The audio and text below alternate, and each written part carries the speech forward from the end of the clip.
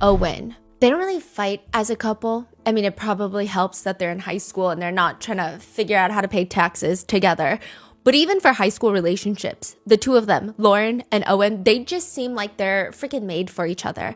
They're both athletes at the school. They both have blondish hair. I feel like that's high school relationship gold. People call them the golden couple, which is a bit of a dramatic label to slap on two 13-year-olds, but they're going to be 14 soon, and it's just a nickname until they get a text message in a group chat. It's a group chat with Lauren, the girlfriend, Owen, the boyfriend, and this number that neither of them recognize. And the text message reads, "Best day ever." Who is this? Only one of you got voted on homecoming court. This is epic, LMAO. For my non-Americans, homecoming weekend is usually the weekend that football season really kicks off at schools, meaning you have this really big football game, homecoming game. Owen is on the football team. And then you have homecoming, which is like, I guess it's kind of similar to prom, but not as official. Everybody dresses up. You have to have a date. You have to ask someone to be your homecoming date. It's a whole thing. The price breakdowns of people's dresses, glam, everything, it goes viral on TikTok. It's a production. And in the sense, you have homecoming court, students that are nominated to do their dances with other nominated students in homecoming court. And now this random number is texting Lauren and Owen that only one of them got voted onto homecoming court, which it's pretty clear it's probably going to be Owen. He's kind of like the popular one. But it's weird because how do they even know? I mean, nobody even knows yet. So they respond, "How the f do you know?"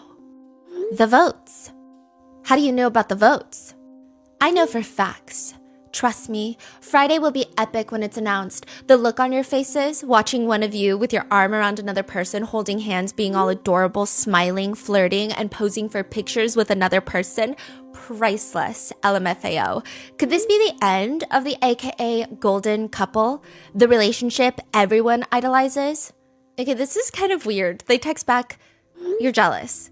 Friday is going to be the most epic day ever. LOL. We'll see who's jealous then, and it won't be me. LOL. Who even are you?" There is no response. By this point, Lauren and Owen, they kind of brush it off. They focus on getting ready for homecoming until another message comes in. "How's the happy couple?" "It's closer to Friday. Nervous? Preparing for the end of the golden relationship? How are you going to handle seeing one of you on court posing for adorable pictures with someone else? We hear about how you are the perfect couple. You're perfect together. They envy you both and your relationship. They want a relationship like yours. How you're the definition of a perfect couple and will be the forever couple that gets married. Some of us don't want to hear it anymore. One more thing. I recommend Lauren not wearing his jersey anymore. You'll look like a fool if you do. See you at the game Friday." They are both looking around in the classroom because who the hell is sending these messages? And then another one comes in. "He no longer likes you and he hasn't liked you for a while. It's obvious he wants me. He laughs, smiles, touches my hair. You're a sweet girl, but I know I can give him what he wants. Sorry, not sorry. Owen loves me and I will always be the girl he loves. He will be with me while your lonely, ugly ass is alone." And then another message comes in. "I own Owen's. Cry more, you jealous." Who is sending these messages? Why does it take 2 years for this unknown number to be finally caught? They have the principal involved. They have the superintendent of the school board involved. They have the local sheriff's office involved. And the FBI gets involved. It takes 2 years. And every single day, Lauren and Owen are bombarded with 40 to 50 text messages just like this one for 2 years. Why does this person want Lauren and Owen to break up so badly? All of those theories are going to be covered in this episode, along with this whole case recently blew up because of the new release of a documentary called Unknown Number on Netflix. Now, Unknown Number does not go as deep into some of the other messages, some of the other reasonings that were found in this nearly, I think it was 1,300, almost 1,200 pages of a court document file that we received after a FOIA request, as well as we do have the full unedited body cam footage audio all here.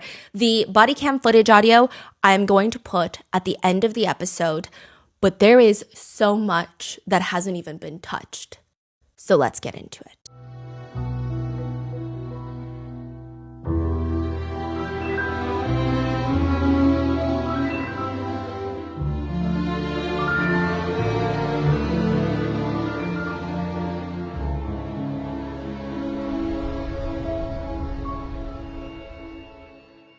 We would like to thank today's sponsors who have made it possible for Rotten Mango to support Stand with Nepal, Help Families of Martyrs. On September 8th, 2025, peaceful youth-led protests against government corruption turned into a national tragedy as the state massacred 19 protesters and counting. Stand with Nepal is a GoFundMe whose mission is to help deliver medical and supplies to hospitals, support the families of martyrs, many of whom have lost their only breadwinners, as well as strengthen the grassroots efforts of Nepal's youth who are risking everything, including their lives, to stand up against corruption. This episode's partnerships have also made it possible to support Rotten Mango's growing team, and we'd also like to thank you guys for your continued support as we work on our mission. As always, full show notes are available at RottenMangoPodcast.com. Today's case involves mentions of cyberbullying, mental abuse, harassment. Please watch at your own discretion. A few quick things. We received in total over 1,000 pages in court documents, hundreds of those pages being text messages.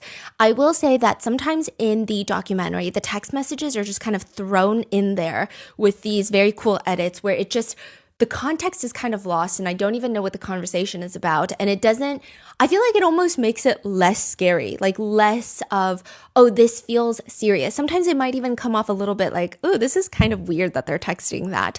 So I wanted to give some more context to those text messages. And we also have the full body cam footage from the day that they tell Lauren Licari, who had been cyberbullying and stalking her for 2 years. But due to privacy, the police have pre-blurred the footage. So even though most of us have seen portions of it unblurred on Netflix, I'm going to provide the entire audio footage at the end of this video, which I will timestamp for you in the pinned comment below. And there's lots of text messages that we pulled from the court documents that it's just a lot. We were also able to talk to Owen briefly. He's a really friendly and sweet guy. I think it's nice to see that he's been able to maintain a positive and kind attitude towards everything. Maybe one day we'll interview him because I'm sure it's been very interesting to see everyone involved to, I guess, watch as this documentary blows up in real time. So with that being said, let's get started. Beale City, Michigan is a very small town. They will probably tell you it's the type of town where people leave their doors unlocked every single night, or every person's smile lights up the room. That's the type of town. And this case has nothing to do with unlocked front doors or dentistry. The important thing here is it's a small town. Beale City, Michigan is quintessentially where everybody knows everybody and their mother. They know your grandparents.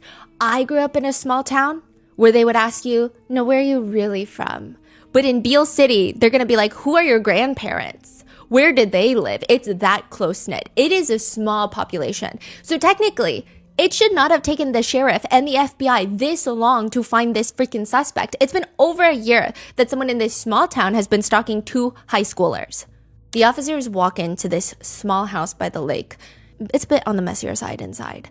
One of the tables in the dining area is filled. The entire surface of the table is filled with alcohol bottles. Most of them are unopened, which perhaps is a good thing. But that's not why the police are here. They're here to talk to 15-year-old Lauren. Lauren is sitting on one of those kitchen counter stools, and she naturally looks very stressed. Because what is it now? They've been through this for the past 2 years, every single week. Once a week, almost on the dot, she gets taken into this small back office in the high school to turn over her phone, where they take all the text messages that have come in, and it feels like a CIA undercover operation without the intelligence. She's been doing this for so long. And Officer Maine has not gotten closer to finding out who did it. All that's happened is Lauren's life has been ruined. Like, what do you mean you don't know who's sending the harassing messages? They're sending 40 to 60 a day. The phone number is right there. Go find them. Every time they would go to the police, Lauren's mom, Kendra, would try to give them any information that would help. Maybe it's this person. She's always had some sort of jealousy for Lauren. Maybe it's this person. The way that they sent messages kind of sounds like them, doesn't it? Meanwhile, Lauren's dad, Sean, he's getting frustrated with the police. He's pleading with them. We gotta nail this son of a bitch. Whoever is doing this is ruining their daughter's life and stalking their 14-year-old daughter. We have to find them. And the police finally do. They're standing in Lauren's living room, standing in front of Lauren. Lauren's mom, Kendra, walks out. She's sitting on the counter stool next to her daughter. And Kendra's reaching over, holding Lauren's hand because they're about to find out who the hell has been sending these unknown messages. For about 2 years, Lauren and her boyfriend, Owen, I mean, the two of them have been in their own specialized version of hell, where the producers of Pretty Little Liars and Gossip Girl have come together and tried to make these random teenagers' lives absolutely miserable. This all starts when they're 13 years old. I mean, to be fair, the makers of Pretty Little Liars and Gossip Girl don't even know they exist, but they are living in the real life version of these two shows. Pretty Little Liars focuses on a small town, Rosewood, Pennsylvania, where 5 friends, best friends, have a sleepover. One of them goes missing. The other 4 friends, they all fall apart until someone starts sending them anonymous text messages, and this unknown number seems to know every little freaking secret that they have, like how one of them was caught making out with their English teacher. Another one of them made out with their sister's fiance. It's an unhinged show. And Gossip Girl is the older, richer New York City version of that. And somehow Gossip Girl and A both find their way to Beale City High School, where it starts with 13-year-old Lauren and her boyfriend, Owen. They start getting messages. And in the beginning, it's kind of silly goofy. It's like silly goofy kindergarten messages. The text messages are juvenile at best. The first few messages, if someone were to hand me a phone and would tell me to text something mean and I sat on my phone, this would be the outcome. It's just like gibberish insults. One message reads, "You are the ugliest person I have ever seen." It's always texted both of them? Yeah. I mean, it's not particularly original or specific. It's rather subjective of an observation, but coming from an unknown sender, it's a little creepy. Then another one. Off. You be the ugliest skank. Ain't playing ugly motherfucker. Then another one. We will make every day miserable for you. It's a little silly. He be with us tomorrow at Cornhole. Sorry, not sorry. After Cornhole, he hanging with us. We got plans, bitch. Owen is obsessed with us and everyone knows it. Seniors talk about how hard he want our sorry, not sorry. You trash, we ain't. I mean, it's bad, but there are multiple, I mean, even above this, there were multiple text messages about Cornhole. Like a cornhole tournament. You know cornhole, the game with the wooden boards, and then you try to stick it's like skee ball. They're like having, it's the most atrocious thing being the spelling of the messages. But clearly, by the end of this message, it starts kind of escalating. And like the seasons of Pretty Little Liars and Gossip Girl, with every episode that passes, the boring text message threats aren't cutting it anymore. The unknown sender starts amping it up. I mean, it's getting rather mean. We will win. I promise you. Owen doesn't like you. He doesn't love you. Lauren and Owen both have no clue who this person is. They've tried asking around to see if anybody knows who the number belongs to. Nothing. They've tried calling and they won't respond. They just say, stop calling. And they're trying to get them to answer. Stop hiding. Answer my call. Or are you scared to talk to me? Just scathing messages coming after this, bombarding their phones. They've tried tracing the number back. These are all burner numbers. Someone is getting an app to get a fake phone number to message them, and with annoying frequency. I mean, they're just nonstop getting haggled by this fake number. Is it a girl in their class? Is it a guy? Is it multiple people? One message says, we will win. Who is we? And what the hell are they winning? Owen? That seems to be the point. It seems like Lauren gets bullied for being anorexic and not pretty enough for Owen based off these messages. The unknown sender seems pretty intent on making sure that they do not stay together, and they want Owen for herself, himself, themselves. We don't know how many people are behind this. So when this is happening, did Owen or Lauren have an idea who it could be? Did they start talking about it at all? Yeah, they later have an idea, and we're gonna get there. But the text messages read, "You have no friends, and we all fucking hate you. Fuck off, you nasty ass skank whore." And that is targeted towards Lauren. And it's all a game to the unknown sender.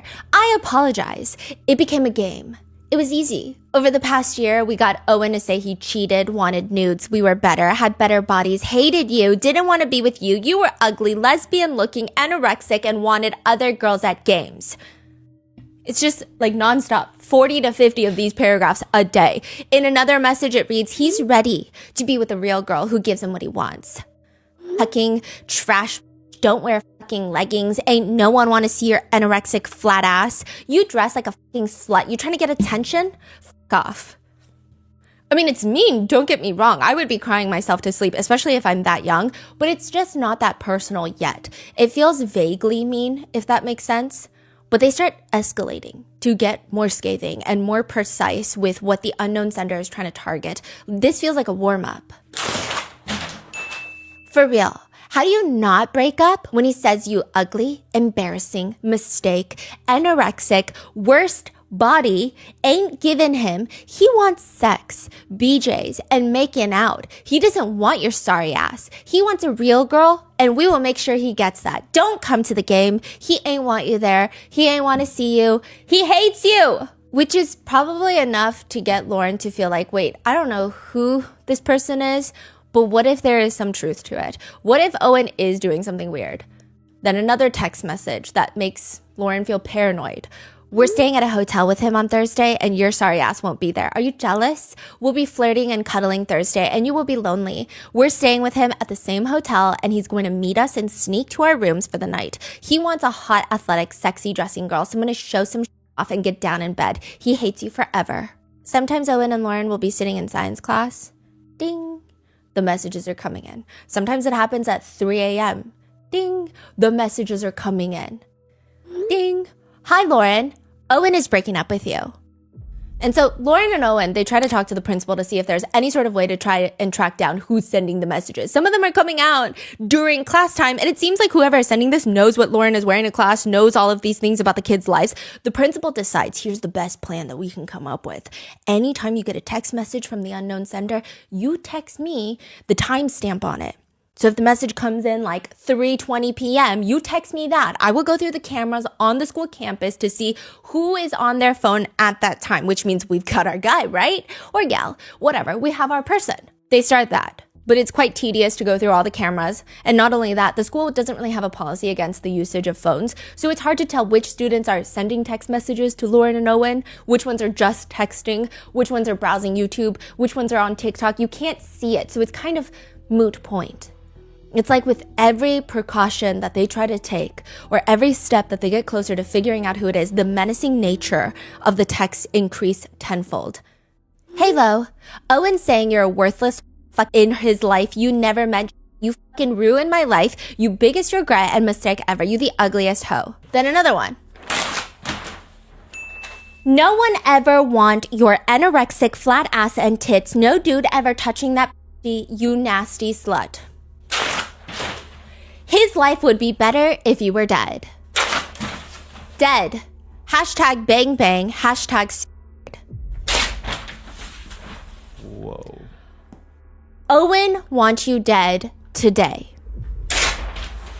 Jump off a bridge. Like, how long has this been when they start texting these type of messages? A few months in, but it goes on for a long time.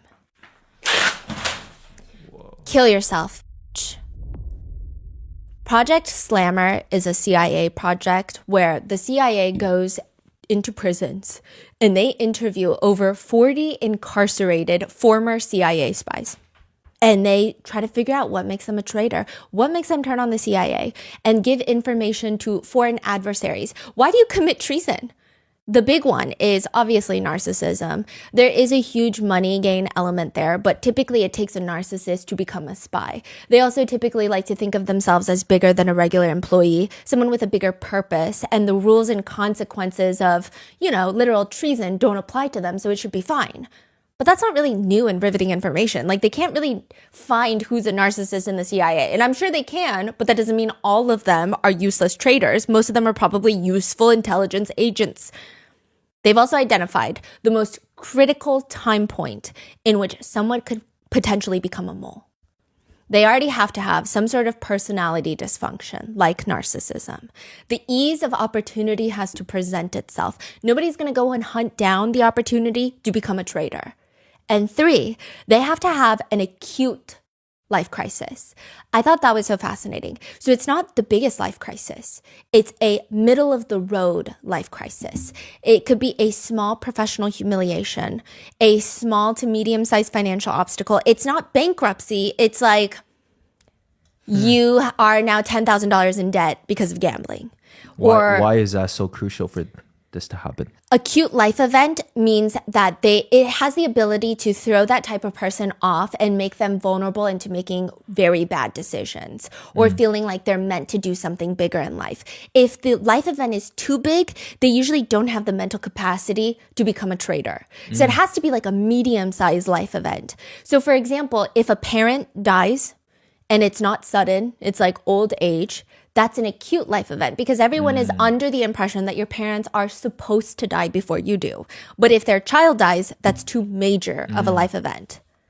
Fascinating. Yeah. It's interesting. So it's like a life event that shakes them up, but it cannot be so big that they're so shaken that they cannot become a mole. And a lot of the ways, I'm sure the CIA has got advanced ways on figuring out who's a mole.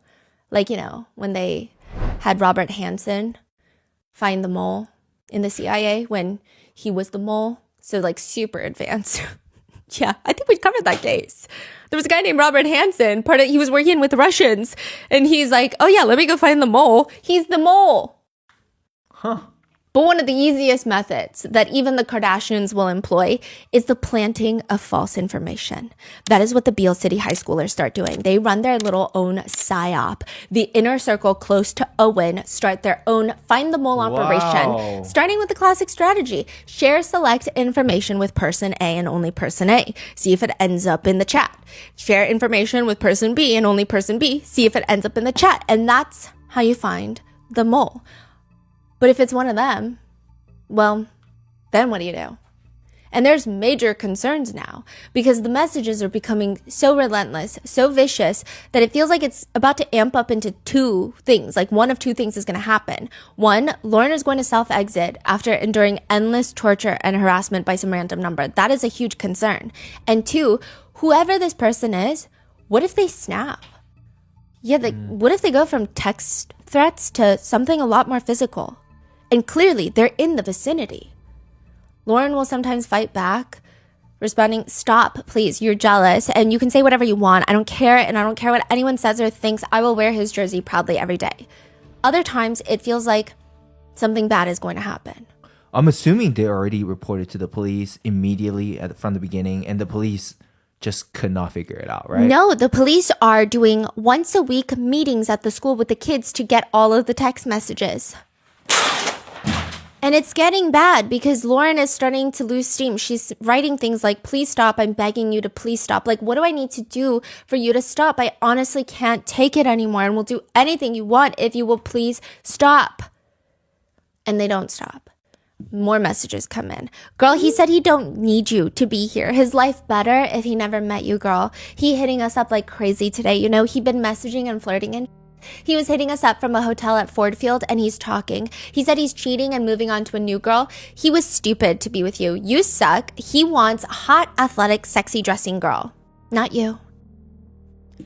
Then a message is sent to Owen. She don't deserve the air she breathes. She's a pointless human. This has been happening for 2 years. Sean, Lauren's dad, is saying there are lots of bad changes in Lauren. I mean, she's not as active with basketball. She used to love basketball. She never wants to go to school. They have to force her every morning and they get into fights. Lauren's mom, Kendra, has had a softer approach.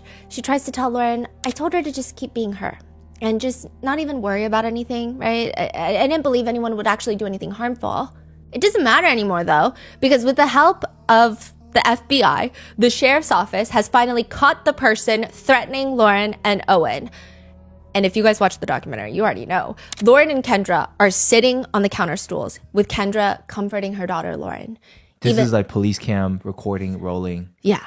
Even though she knows that Lauren is about to find out that the entire time the unknown sender had been inside the school every single day, taunting Lauren, watching her, texting her. Not in the same classroom as Lauren, not even the same grade as Lauren, but in the school, in one of the back staff rooms, the unknown sender had been sitting there talking to the principal about how to stop the harassment. Because the unknown sender is Lauren's own mom, Kendra. Kendra has been the one sending these messages, and you already know that. Kendra has been anonymously harassing her own daughter for years, and she knows that's what the officer is going to say because just minutes ago, before Lauren even came into the living room, the officer confronted Kendra one-on-one. Whoa. Here's the deal. When we were doing the investigation and the FBI got involved, we come up with some stuff that comes back to you. Which, side note, they don't talk about this in the documentary because I think it was like tedious stuff. I don't know if people were going to find it interesting, but I found it super interesting. The FBI tracked down, Kendra was using a lot of anonymous apps like Pinger to disguise her phone number and make all these fake numbers. And that's how she was texting them. The sheriff's office is like, well, I don't know what to do about that. Is it like Google numbers, like a fake number? Yes, I think it's it's like Google number. And the FBI come in, they apply search warrants to Pinger, they apply search warrants to all of these apps, and it comes back to an IP address.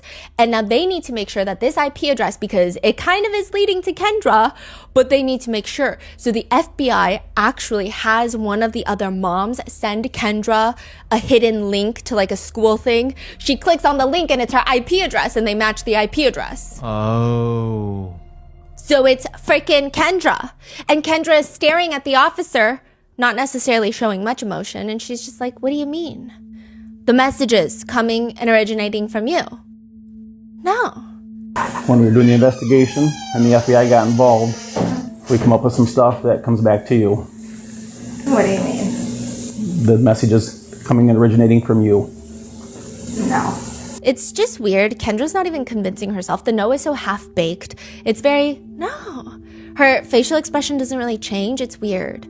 Every message that went to the kids, your number come back through Pingree or whatever it is, the app that's tried to hide it. Your number, even though it was being hid, showed up every single message. My number? Yep. Does she really think she could have got away with FBI getting involved? Yeah. And she says, my number? Yep. Does it have to do with Owen? Is there some sort of infatuation there with Owen? No, nothing like that. Does Lauren know about it? No. She shakes her head and she's asking the detective. I really don't want her to. It doesn't look like going from here. Because the thing is once this is out there, like, I don't know how she can go to school. The officer is like, yeah, well, there's no way around it. So we're going to bring in Lauren. We're going to sit her down and talk to her. And she's about to finally hear who the hell has been threatening her and encouraging her to self-exit, calling her all sorts of nasty names, trying to steal her boyfriend for the past 2 years. The officer starts. Mom just got wrapped up into this mess. Mom got wrapped up in some stuff? What does that mean? The text messages. He's kind of vague about it. In the Netflix documentary, he doesn't even really say the text messages. In the unedited audio, he mentions the text messages like once. So it's pretty clear that Lauren kind of understands it's about the text messages. Oh, okay. Mom just got wrapped up into this mess and continued on blasting these text messages and stuff out. I know that's probably confusing as heck and why, but sometimes when we're not thinking straight, we do some things that aren't right. Lauren's mom, Kendra, reaches over and puts her hand on Lauren's thigh in a show of comfort. But if you listen carefully, like, why would they need a search warrant for Kendra's phones? I think Lauren is slowly putting everything together. I will say the officer is just oddly vague about the whole thing. And Lauren is like piecing together. She's glancing around. Oh, so that's how he unveiling the information. Yeah. That it's your mother. Yeah. But all he says was your mom being wrapped up in some stuff. Text messages. So we have search warrant. We found stuff on her phone. So Lauren is like slowly piecing it together. We're going to take her phone and stuff. You know, sometimes when we're not thinking straight, we do some things that aren't right. Your mom doesn't want to get this out, but it's going to be public information. By this point, Kendra is up on her daughter. She has her arms wrapped all the way around Lauren, like she's like a sloth trying to climb a tree. She's resting her left cheek onto Lauren's head, kissing her forehead, wiping the baby hairs from her forehead. What? So what a weird course of action when Yeah. you were just exposed for harassing and abusing your child for years. And the officer is like, she said you had no idea what was going on, and I believe that. What has to happen now is I have to make sure you and your mom are safe before I leave. So I'd like you to call your dad, and maybe he can come home and meet with us, okay? Kendra reaches over and grabs Lauren's hand, almost as if she is the one needing comfort. Now, Kendra is a part of the Netflix documentary Unknown Number, which is interesting considering the call is coming from inside the house, literally. But when Kendra sits down, she has a very big reason to agreeing to all of this. She just wants her side of the story to be heard. She says, you guys are going to think I'm the crazy lady. Every single one of us makes mistakes. Not a single one of us has lived a perfect life. And realistically, a lot of us have broke the law at some point or another and not got caught. I mean, I'll be honest, I'm sure people drove drunk, haven't been caught, right? But again, if you get caught, you're in the same situation I'm in, but for a different thing. So I do feel that people lose sight of that. I know to some, I'm a headline, I'm a villain, I'm a bad mom, I'm a whatever. But that's because, one little piece of my story, they don't know my whole story. And she explains. So the messages stop for a little bit and they pick back up. In my mind, I'm like, how long do we let this go on? So to give you some further context, an unknown sender starts sending harassing text messages to Lauren and Owen. And then they stop for like 11 months. They stop sending any messages. And then all of a sudden the text messages pick back up again. And this time it's 40, 50 a day for a year. Kendra is saying that she never sent the original messages. Oh, really? Yeah, we're going to get into that later. More on that later because nobody believes you, Kendra. But she says after 11 months, she picks up where they left off by sending harassing threats. And her reasoning for this is very simple. She wants to catch whoever sent the first original text messages. She wants to find out who they are, so she's going to send more messages. She says, what do I do as a parent? Honestly, the best way would have been to stop it by shutting her cell phone down, right? But then I was like, well, why would she have to do that? Why should I have to get her a new phone? Like because of someone else's actions, right? I really wanted to get to the bottom of who it was, right? And that's when I started sending the text messages to Lauren and Owen. I was sending the messages in hopes that maybe they would send back asking, is this somebody? Is this so-and-so? To just kind of give me something, right? Oh, this person's crazy. Yeah. Oh my God. When is she saying this? When she's getting... In the Netflix documentary. Like this is with the police at the police station? No, or just sitting at home? This is like after she's a free woman and she's sitting down with Netflix. Oh, wow. She made up this really, nobody even freaking will believe 1% of the reasoning. And she's like telling it with full chest. Yeah. And all the IP addresses lead back to her and only her. So. Oh my God. It doesn't even make sense. No, it doesn't. Her reasoning doesn't make sense. But she says, I was also hoping that as maybe they talked about the messages amongst their friend group and stuff, that something might come up that could help pinpoint, where they were originating from. I started in the thoughts of, we need some answers. And then it just kept going. It was a spiral. Kind of a snowball effect. I don't think I knew how to stop. I was somebody different in those moments. It was like I had a mask on or something. She starts spending 8 hours a day sending these messages to harass her daughter and her daughter's boyfriend. It becomes her full-time job because she lies about having a job. She gets let go of her job and lies about it. She never tells her family that she's been let go of this job. And for a year, she pretends to go to work, but instead she is sending messages. What's her job before? She used to be an IT specialist at Ferris University. She was let go, and now this is her full-time job, sending messages. And she Wait, I'm so sorry. Yeah. Okay, they're not in the university. No. Is that the acute life event that you were mentioning, or it's unrelated? It seems like it's one of them. Isn't that interesting? She got fired. Yes. For but what reason? She spent too much time on her phone on texting and video calling and calling people that were not work-related. Wow. So she gets let go. And this becomes her full-time job, sending messages. And she's saying that she's doing this to catch the real person that sent a few messages 11 months ago. Meanwhile, she's over here texting Owen and I down to suck finger fuck. His dick and fingers, my pussy and mouth. Making me creamy. And not in the documentary, but in the court doc, it reads, Owen, like our science convo about redacted being fingered, he's ready to do it to me. We know you ain't doing it, and like they told you, he need better. I will be that girlfriend for him and give him it all. This is again from the court documents. I don't know why they weren't shown in the documentary because these text messages, even just the text messages that were shown in the documentary, a lot of netizens are saying, how is she not charged with like sexually harassing a minor? But those text messages in the court documents are worse. Another text message from the court doc again reads, these are 13, 14-year-olds. Owen got the fingering deets and he be and I be jerking and making him creamy. You be fucking jealous. So her text message just like vulgar. There's not even a message. The message is, Owen wants me and not you. Yeah, just over and over and over and over. Another text message just reads, creamy. You should have been a real girlfriend and gave him what he needed. Be jealous. My tits in his face. Real ass, real body, bitch. Bed pics for real. FaceTime get real. Our text he jerked off for me. Fuck off. He said I'm hot. Best ever. Making him horny. Make him horny. Make it cream.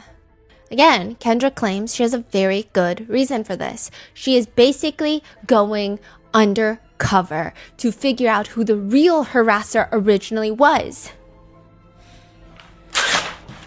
You have to believe her. Not being invited to Chloe Wilson's annual Halloween party would probably have me crying in my room at night. Chloe is one of the popular girls at the school. She's on the volleyball team, the basketball team. Her parents are popular. She has friends from nearby schools. Everyone knows Chloe and everyone knows her Halloween parties, except Lauren, who does not even want to go. And technically, Lauren's not invited. But Owen states, well, if I'm going, then you're going to come with me. Because Owen and Lauren are dating. Lauren and Owen have been dating for like a year at this point. And Owen, by all accounts, seems like the more popular one. He seems a little bit more social. He has a lot of friends. He's on the football team. And Lauren is described by everyone as being pretty quiet. She likes to keep to herself in a small group of people that she knows. And that's what she likes.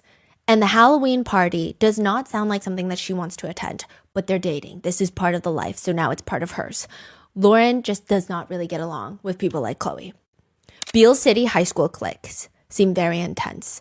It's a small town school. Beale City has one stoplight, 2 bars, and they're more like pubs. The entire town has a population of a few hundred people with more wind turbines than they have bars. One netizen describes living... Few hundred people in the town? Yeah. Wow. One netizen describes living in a small town like that as, quote, an experience where you have to be careful not to kiss a relative. Not because incest is like a trend or a shared experience, but because there's only so many residents and you can only have so many drinks before you're like, wait, am I blackout drunk and making out with my cousin? It's a numbers game. Oh. Huh. Lauren describes living in Beale City as a really small school in a really small area and everybody knows everybody. I feel like you're going to absolutely love living there or you're going to loathe it. It's cute. If a local is diagnosed with cancer, the whole town will start a meal train and sell shirts that read, "Nobody fights alone." And there's only about 30 kids per class. Meaning Lauren's class that she's graduating with consists of about 30 to 50 students. The entire school building is K through 12, all in one building. I feel like the kids are all just in one class completely. And out of the 30 kids, they have separate group chats, separate friend groups. Owen describes it as, you've got the popular kids, like Chloe and her friends. You've got the cheerleaders. And then you have the quiet kids. I guess because there's not as many people, there are less groups. I mean, nobody says it outright, but it seems like Lauren is maybe in the quieter group, Owen is maybe in the popular group, or, Lauren is maybe floating between the groups. And nothing is wrong with any of that. The problem comes when everyone is just talking about everyone. I mean, if there's only a few hundred people, Yeah. that's not that hard to find out who. That's what I Right. was saying. Wow.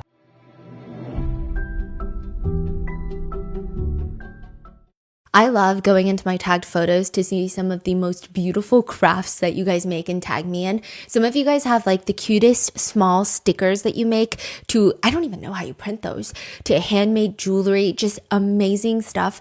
I would love to support you guys in the way you deserve. So if you are waiting to start your own small business, this time is now.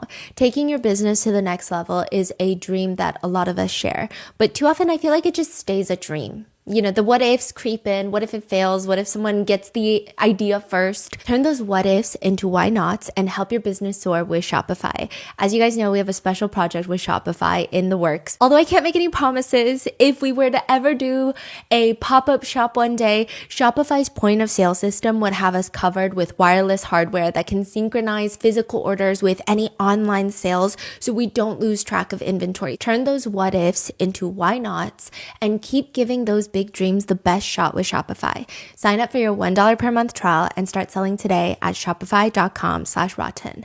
Go to shopify.com/rotten. Shopify.com/rotten.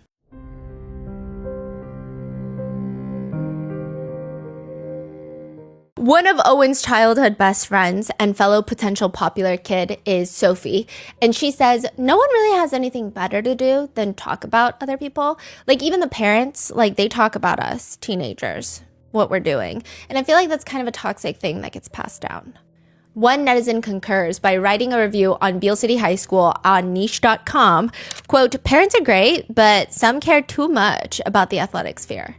The parents are really involved. Owen might say that they're too involved.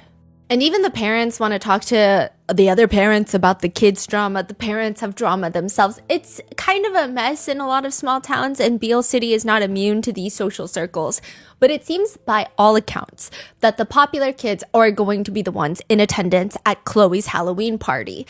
And this is when the first text messages come in. One of the first messages from the unknown sender to both Lauren and Owen read, did Owen say anything to you about what's going on? If he didn't tell you yet, I will. Owen and I agreed and thought it would be a great time for Owen and I to get together and officially hook up. You are not being invited because we want this time together. He's coming to my house on Halloween too and is giving me his sweatshirt to wear. You're a sweet girl, but I know I can give him what he wants. Sorry, not sorry. This is sent to Owen as well. Yes.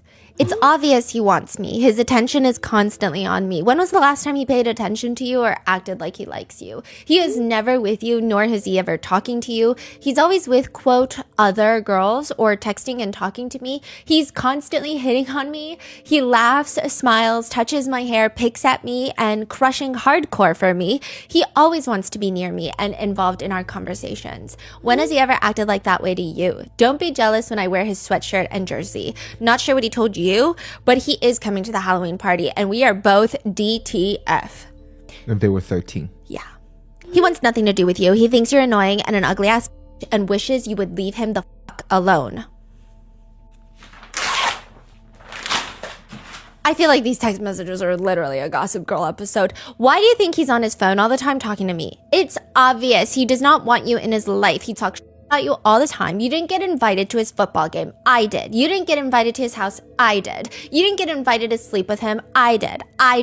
I'm spending the night with him. I'm sharing a bed with him, not you. He's comforting me, not you. You didn't get invited to be with him in the hot tub. I did. Then another text message reads, I hope you finally get the point. He wants to spend time with me, not you. We will keep making you look stupid. He promised to keep flirting with me and I promised to do it all in front of you. He wants to see you run out of school crying. He fucking hates your ugly anorexic ass. What the hell is that? Lauren is so confused. Owen is reassuring her that he is absolutely not DTF and has no clue who this person is. Owen thinks it's maybe one of the quieter kids because they're more, quote, techie, but clearly somebody is just messing with them. At the Halloween party, they start going around and asking around to see if anyone knows the number or if someone sent it as like a sick joke. Nobody fesses up and they move on for 11 months. Nothing happens. Kendra claims these Halloween messages were not sent by her. She said, not those ones. I did not. It wasn't until way later. 11 months later, the messages start again, and I feel like they're way, way, way, way worse. And we're going to go through a lot of the text messages, the ones from the Netflix documentary, the ones from the court document. They're all going to be in here. And we're going to go through the messages while we go through the theories of why Kendra did this to her own daughter. Because I feel like Netflix kind of at the end threw out a reasoning of why Kendra did this, but a lot of netizens are not even convinced by that reasoning. Some people think it's got to be something else, and there's actually a lot more theories online and text messages supporting those theories will be included when we get to them. But one thing is 1,000%. All the roads lead back to Kendra. 18 months into the messages, terrorizing the entire school. By month 18, I mean, everybody knows about this. By like the first month, everybody knew about it. The principal, superintendent, the sheriff, everybody's involved. Kids are pointing the finger at other kids. The parents are pointing the finger at kids. It's not until April 2022 the FBI gets involved. And like I said, all the IP addresses, even the beginning ones that she claims she absolutely did not send, were all sent by Kendra. So why did she do it? Theory number 1. Kendra is jealous of her teenage daughter, Lauren. Sick to her stomach, green with envy level jealous. One message reads, Lo, which is Lauren's nickname, you be jealous when he's at varsity game today. He ain't wasting time seeing you suck. He knows you suck. You the worst. You for real need to quit. No one wants you playing. Ain't no one sad. Break an ankle. It's interesting because usually when there is jealousy from mother to daughter, the mother wants the daughter to do well enough to reflect well on her own parenting, but not so well that the daughter outshines the mother. Basically, this experience, this is a Redditor. My mother always wanted me to be pretty, but not too pretty. Like I had a cute, tiny waist. So if I wore a belt that defined my waistline, she told me I looked like a slut.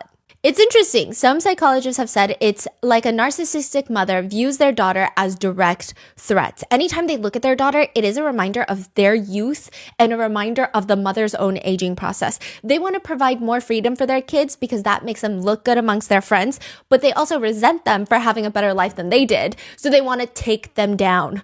Another message reads, you have no friends. You fucking suck cock for guys to talk to you. You fucked up. You treat him like shit. You don't get with him in bed. You don't sneak out with him. You fucking dress awful. Ain't no guy want that. You look like an anorexic toddler. That ain't sexy. It's embarrassing. You need to do something about that. You need to change your face, hair, body, clothes. He agreed. He won't give you his jersey to wear. He ain't wasting no time. No waste of space mistake. Ugly anorexic toddler wearing his shit to embarrass him. He ain't proud of you and wishes he never met your sorry ass. He said it looked better on a dog than you. Embarrassed when you wear it. That was from the court document.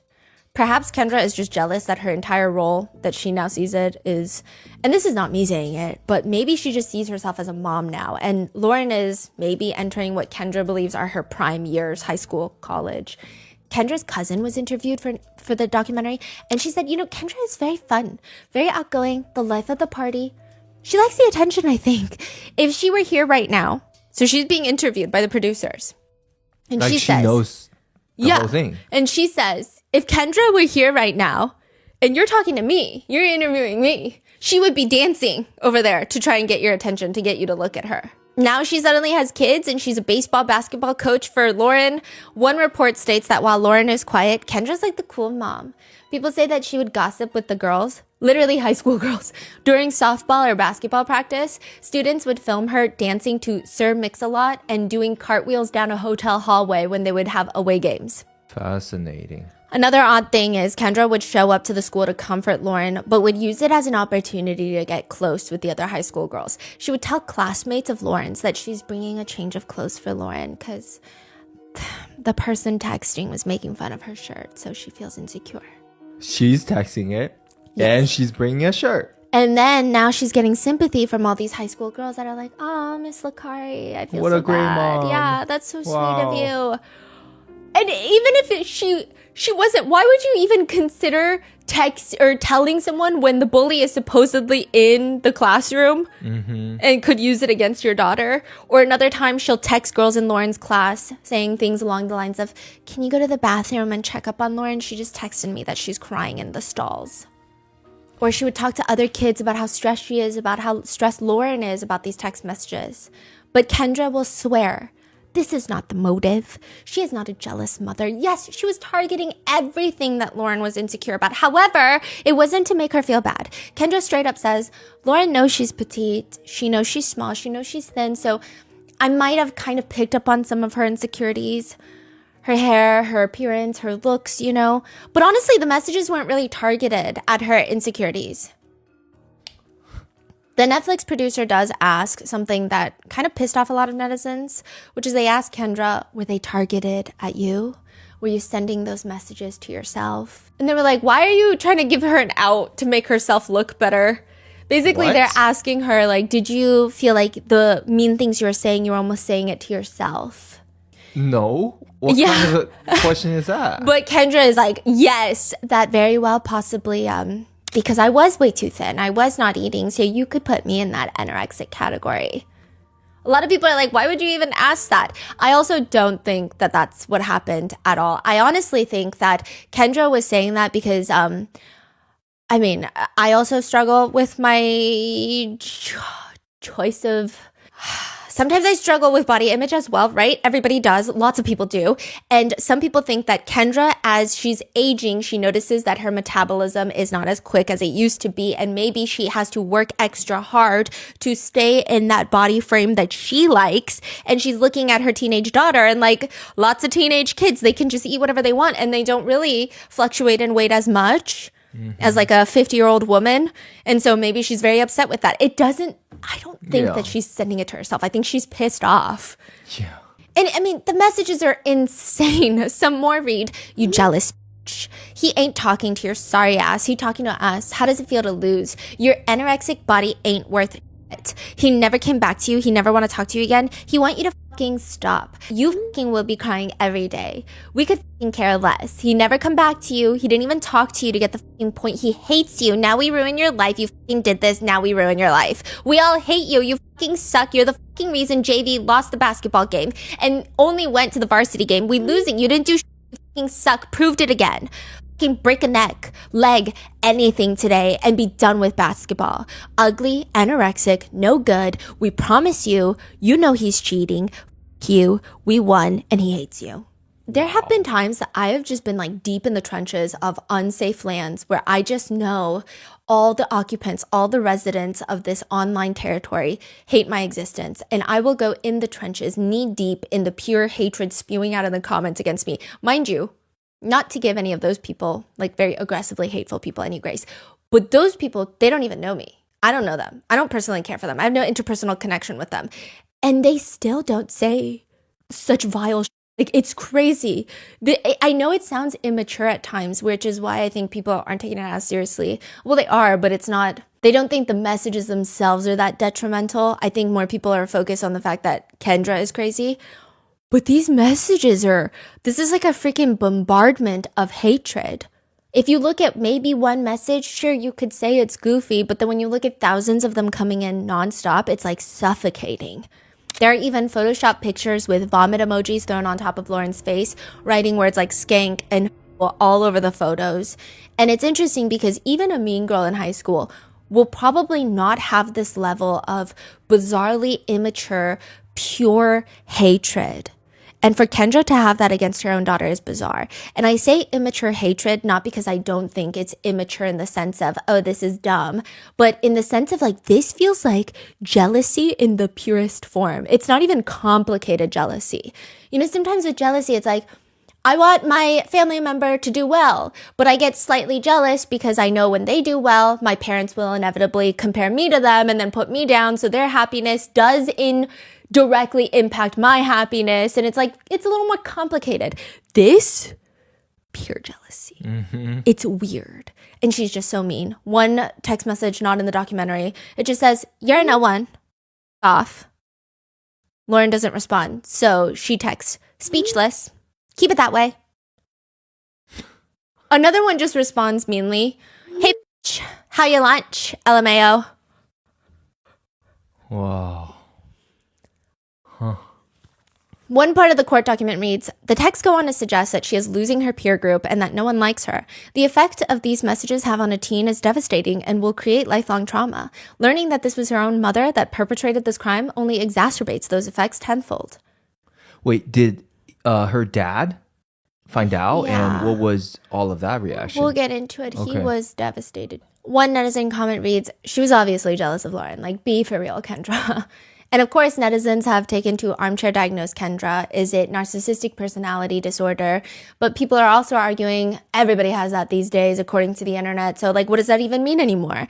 Some people are saying, is it borderline personality disorder? Others are arguing, again, Everybody has that, antisocial personality disorder. But the one that's being more seriously thrown around in this discourse is histrionic personality disorder.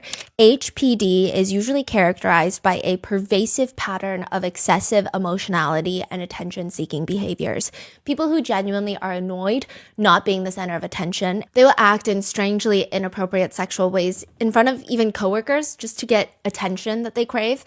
Basically, another disorder that people like to slap typically on women on the internet, but usually incorrect. It's not that common to have HPD, but I do see how in this specific case, some netizens are coming to the theory that Kendra has it. Firstly, it's one of the nicer diagnoses that you can give her. The other one just being like a pervert pedophile. But they're basically saying Kendra is the type to pretend to faint or get sick at everyone's birthday parties. And maybe that goes hand in hand with the jealousy that she feels for Lauren. The speculation online being that she cannot stand not being the center of attention and she's being outshined by her daughter. I will say that HPD does have a very strong stigma because I think the need to be the center of attention and it comes off as someone who is very vapid or vain. But one good comparison that people have with HPD is they say like a character is like Harley Quinn. It's not like, I just want everyone to look at, it's usually connected to some deep desire to feel accepted, and they just go about it in ways that could be slightly destructive to themselves. Nevertheless, a lot of people believe Kendra might have HPD, which does not excuse her actions, nor does it mean that someone with HPD would do something like this. It's just part of the discourse. A lot of people point to the way that even at basketball games, she's like doing the cartwheels with all the teen kids. Like, it's weird, but at the same time, she's bullying her own daughter for her basketball performance. Text messages read, LMFAO, 2 points. You suck. With one comment reading, she was jealous of her daughter. I mean, she was pretty good. She was pretty good at sports, was the number one couple at school, and her mom envied the attention she got. So she tore down the town in order for her daughter to have a greater need for the mom in her life. Classic narcissistic abuse. Oh, another thing that was just so jolting. In the court documents, Kendra kept a screenshot of all the text messages organized on her desktop. Literal PDF files of text messages. Like the thousands of them? Yeah, a lot of them. And then another folder just titled Snap. It has all of her login history for Snapchat. And then she has a folder that was titled just O, and it was a letter to Owen, which was not included in the court document for privacy reasons, obviously. But it's weird. We're going to touch up on that later. So that's theory number one. But being jealous of her own daughter, which is a very real thing that happens, there is the other theory, the second theory. This is the one that Netflix kind of drove more into, which is cyber Munchausen by proxy. So to give you some context, Munchausen syndrome is someone who loves to pretend to be sick, to make themselves either literally sick or pretend to be sick to get sympathy. It's giving, I'm dying, but not actually. I just like that you're nice to me when you think I'm dying, and I think I look really good in a hospital gown. Munchausen by proxy is when a caretaker makes their caretaking subject, usually their child, sick.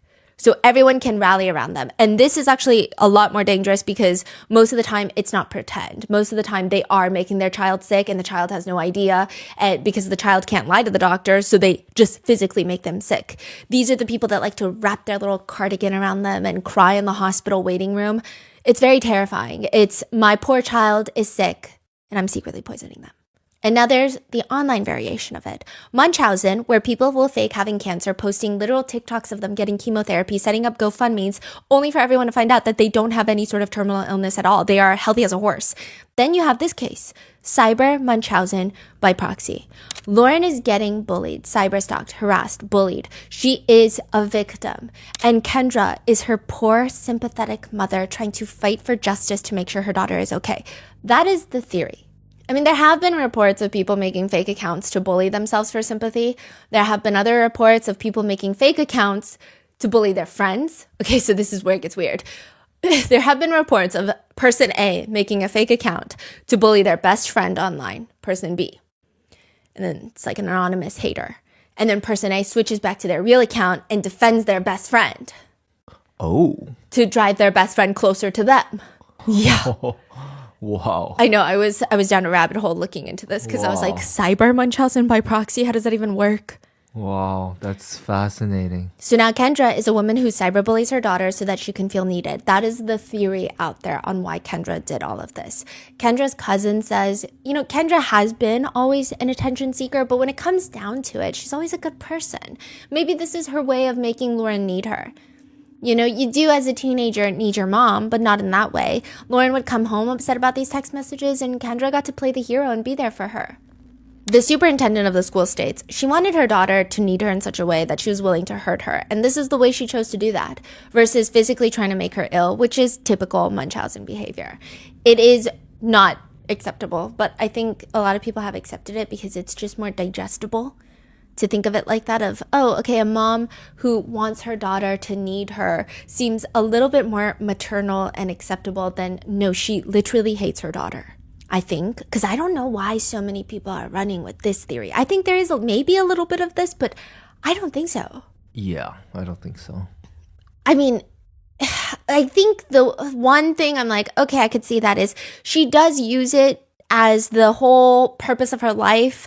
I feel like okay, if she wants to do that, I would say, wouldn't she do it even more publicly on like platforms, on blogs? Like just hating on the daughter. Yeah, make like a Gossip Girl bully blog or something. So then the whole freaking make it more public maybe. But this is like very personal. She's like directly going after the daughter's insecurities. Yeah. It's weird. And Kendra, she does make this whole thing her personality. She'll go to the school every day to talk about it. Someone gives her a suggestion of like, why don't you get her a new phone number? She'll ignore it, come back the next day, talk about it all over again. School members say, I mean, you got Kendra, and then you got Owen's mom, Jill, going to the school every day, just bitching at Dan, who's the principal. They're demanding that they go through kids' phones, but luckily the superintendent is like, hey, are you insane? You're not going to go through kids' phones. Like, we're not going to have interrogations of the basketball team. Side note, some of the sympathy farming, if you will, is weird. Kendra will take screenshots of the unknown sender texting her own daughter to self-exit, send it to Lauren's classmates, or sometimes even call them, to which a few of Lauren's classmates are actually very stressed out about this, and they feel like now every text or call from Kendra is going to be the one where they are told that Lauren is gone, because that's how concerned they are. One classmate says, how much can a little girl take? So people are saying that Jill, who is Owen's mom, is trying to get to the bottom of this. Every time she's talking to the principal, she's trying to implement new things to figure out who the texter is. Meanwhile, Kendra is just like sobbing. She's trying to get thoughts and prayers and a freaking casserole. That's the vibe. Which I don't know, but a lot of the documentary runs with this theory. Kendra again says that's not why. She says, I'm not jealous of my daughter. This is also not why. She said that she wanted to protect her daughter. She says, when I was 17, I was R-worded. And as my daughter was hitting those teenage years, I got scared. I got very scared. I didn't want her to go through the process that I'd gone through. And I think that really led me to not knowing how to handle things, right? It was hard because I was reliving what I had been through, but also at the same time wanting to protect her. I wanted to try to like control the outcome of her journey. I was afraid of letting her grow up some, right? Wanting to protect her and keep her safe and keep her close, and scared to let her grow up because scared of what could happen to her. A lot of people are like, what are you talking about? Yeah. What are you talking about? A lot of netizens are confused why Netflix didn't push back on Kendra's excuse. Side note, another text in the court docs we found was Lauren texting, I don't understand any of this, but it's becoming very hurtful, and honestly, I'll do anything for you to stop and leave our lives alone. Neither of us did anything to anyone to deserve this, and honestly, it just makes me very sad. Kendra, unknown sender, responds, shut the up. Owen hates you, and he could care less about how your ugly anorexic ass feels. Give up on him and yourself. You're worthless. You f***ing lost. We will see when you get caught, and I hope you know our lives and feelings are not a game at all, and it's sad you act like you're proud of this, and I might be worthless or whatever you're calling me, but you're not worth my time, so please just stop. Kendra just responds, you're jealous, give up, and we won. Owen picks us, and you worthless trash to him. One netizen comments, I think she texted her daughter hurtful things. She was projecting her own insecurities onto her daughter. The mother felt worthless, losing her jobs, and probably felt like self-exiting. So she texted her daughter to hurt herself. And maybe she was jealous that her daughter was having happy teenage years, carefree teenage years, while she was not. Then there is another theory in the documentary that's touched up on for like 2 seconds, which is Kendra was obsessed with Owen. So like the jealousy of her daughter is stemming from the fact that she's jealous that her daughter is dating Owen. Kendra wants a 13-year-old boy, is the theory. And it mainly comes from Owen's mom stating that she believes Kendra was obsessed. Kendra's own text messages, a lot of them do come off very strangely. So one text message reads, "You will never take him away from me. You will never win when it comes to him. I will always win, and I have always and will always be more important to him. Owen loves me, and I will always be the girl he loves. You will not come into his life and take him away from me. That will not happen. You are a bitch, and I want you out of his life. He will always be with me while your lonely, ugly ass is alone. Owen and I need each other. Sorry, not sorry." Lauren responds, "I'm sorry you feel it's okay to say stuff, and if it makes you feel better about yourself, then good for you. I don't care what you say. Owen and I are solid, and you're not going to break us up." The response later to that is, "This phone number is no longer in service." Because she likes to change her phone number a lot. And so it just feels like What in the it world? feels like targeted towards Lauren, yes, but it does feel weirdly obsessive with Owen. Yeah. Another text reads, "You are worthless and mean nothing. You never have. Get a f***ing life out of here. Owen will never look at you again or talk to you. You f***ed his life so bad. His family f***ing hates you for it, and he will never in his life acknowledge you again. Get the f***ing lost. He is done with you. You embarrass him for real. He picks us over you every day at school. He always has and always will. LOL, he hates you. You embarrass him, make him miserable.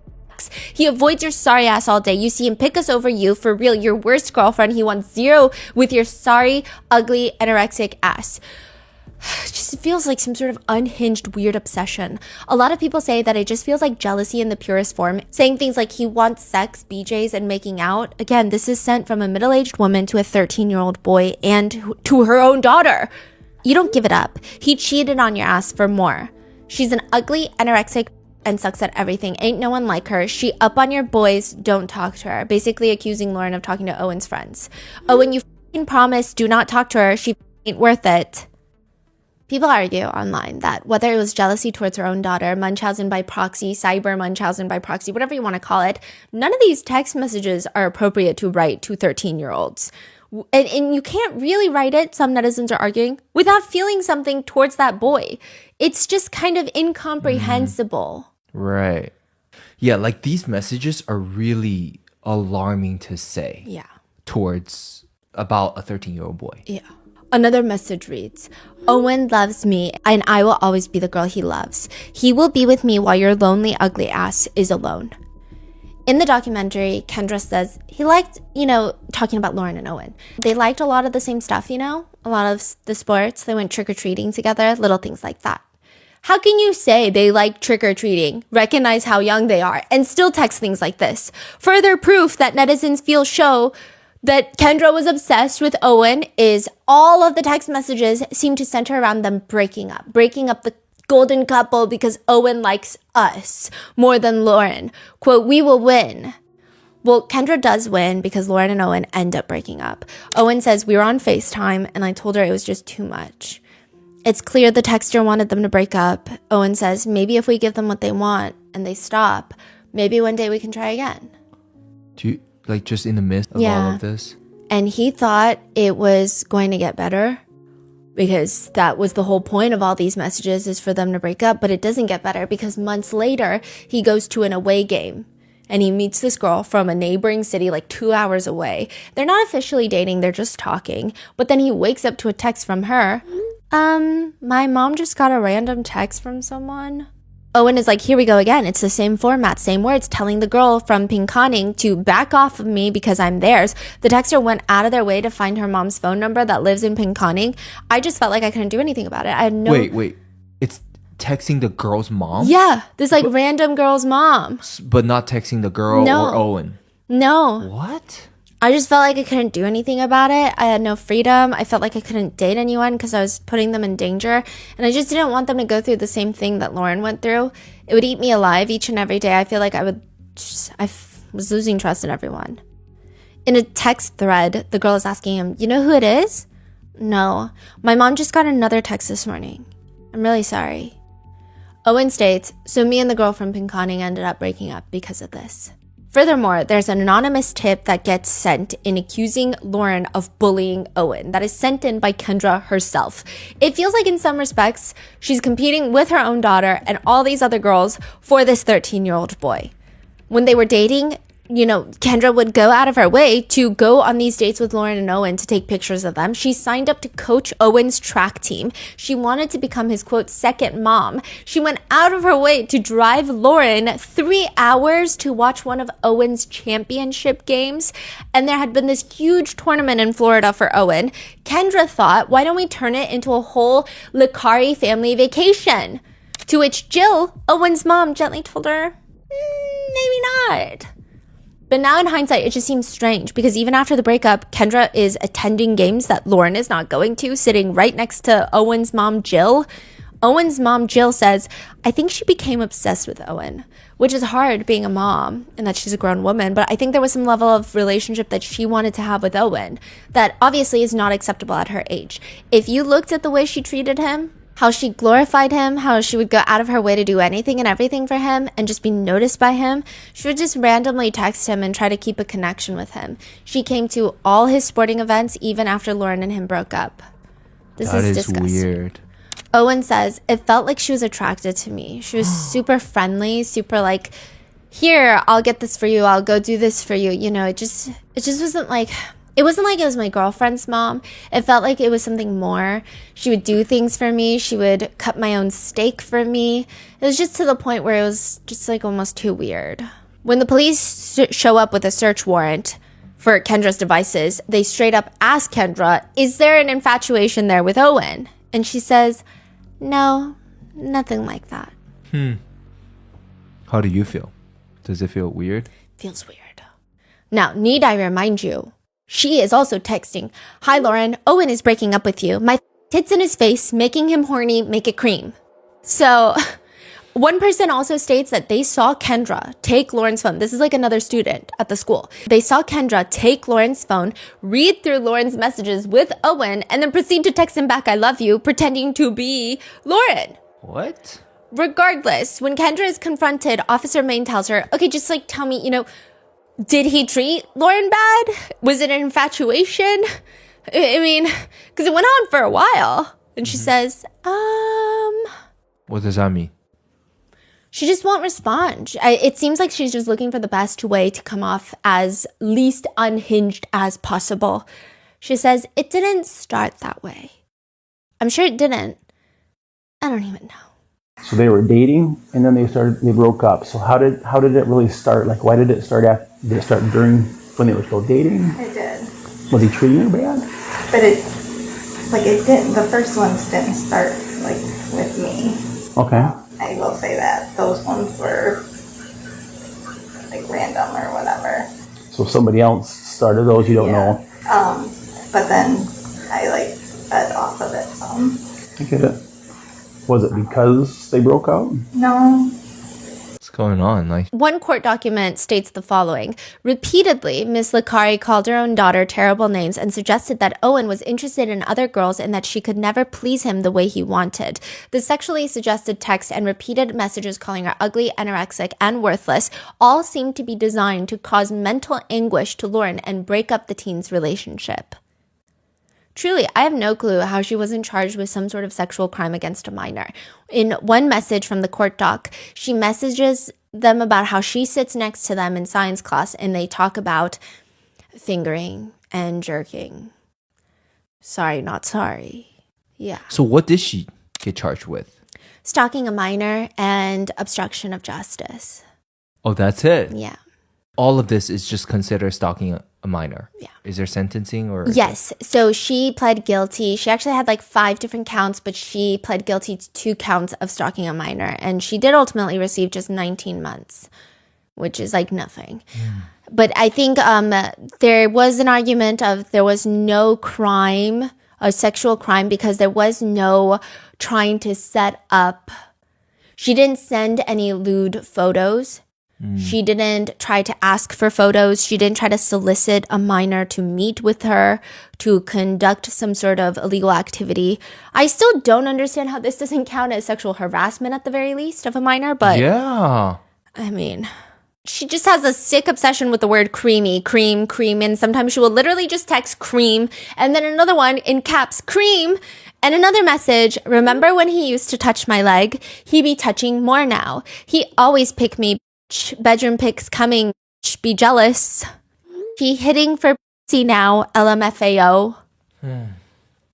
But then in comes a new theory. So after watching the documentary, some people feel that Jill, Owen's mother, was the target. And not as in Kendra wants her, or as maybe wants to be accepted by her, wants to be taken in as a best friend by Owen's mom. Owen's parents have the life that it appears Kendra really wanted. Kendra really wanted that quintessential small town, popular parents lifestyle storyline. Owen's dad was the star outfielder for baseball at Beale City High School. Jill was a Beale City cheerleader. Jill says in another report that Kendra always talked about Lauren and Owen like they were going to be together forever. So the theory being she wanted the kids to get married just so she could have a good standing in the community as one of the popular parents. Owen starts pulling away because of these text messages. This is like a few weeks before they break up. And he's just saying it's hard to be with someone after all of that. Meanwhile, Kendra really wants them to stay together because Kendra is texting Lauren in the gym. So they're in the gym together. And Kendra is texting Lauren. Lauren is not sitting next to Owen. They're on rocky footing, and she's texting her daughter, sit next to him, answer me, come here now, I'm pissed, move your ass now, I'm fuming, pissed off, this is f***ing ridiculous, answer me and move your ass. What is happening? So she did all of that to break them up. Yeah, so that's why some people are like, it doesn't make sense, and like, it's complicated. There is a cut article that focuses on this. The Netflix documentary focuses more on Cyber Munchausen. And then the court documents is like a blend of everything. So it's like when you just have one piece of the media, when you just watch the documentary or you just read the cut article, it all seems like, oh no, it was because of this. It was because of this. But then when you put it all together, it's like, she's crazy. So what did the cut article focus on? Well, they're providing these text messages. I mean, they didn't really expand more on it, but it seems like that's the reason. Maybe if she thought Lauren and Owen got married, she would be connected to one of the more popular families in Beale City. Or maybe she knows that now she is going to be more distant from Owen. True. Right? They're broken up. There's no reason for her to be hanging out with Owen now. Yeah.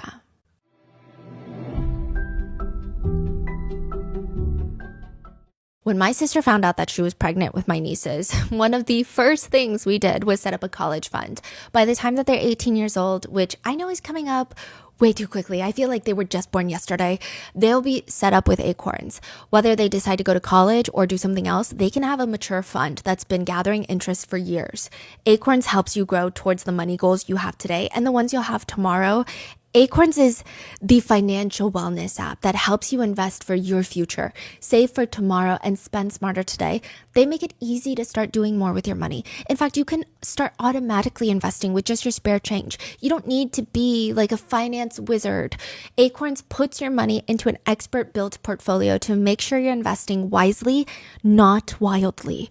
Sign up now and Acorns will boost your new account with a $5 bonus investment. Join the over 14 million all-time customers who have already saved and invested over $25 billion with Acorns. Head to acorns.com/rotten or download the Acorns app to get started. Paid non-client endorsement. Compensation provides incentive to positively promote Acorns. Tier 2 compensation provided. Investing involves risks. Acorns Advisors LLC and SEC registered investment advisor. View important disclosures at acorns.com/rotten.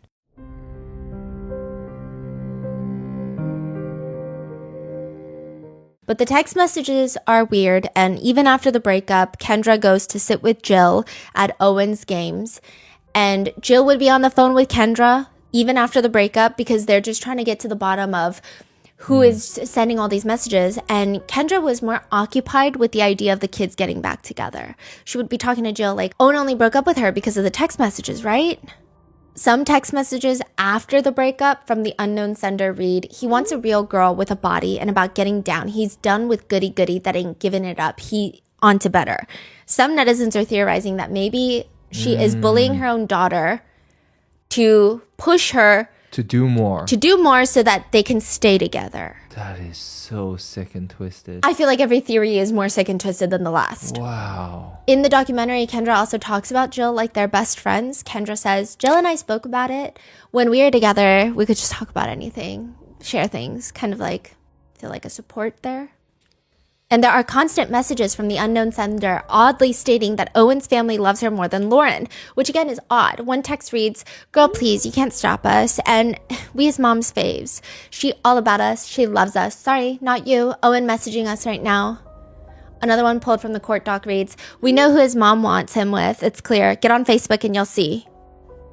Another one, "What the be with his mom at the game. For real, he don't want you near his family. Whatever, they like me, not you. He is over your sorry ass. Stay the away. Told you before, you never take my place. He hates you." It's weird. So after they broke up, what are these the message after they broke up? The messages actually get worse after. "We talk every day. You suck. I'm better," and give him what he wants. "Leave him and his family the alone." So maybe there's like a yearning of a sense of belonging with Jill, Owen's mom. They're fighting this bad guy together, bringing them closer, bringing their kids together was maybe what she thought she was doing, pushing the two families to be trauma bonded together. And nobody else can understand them. Nobody else knows what they're going through. Nobody else can understand and stick together type of mentality.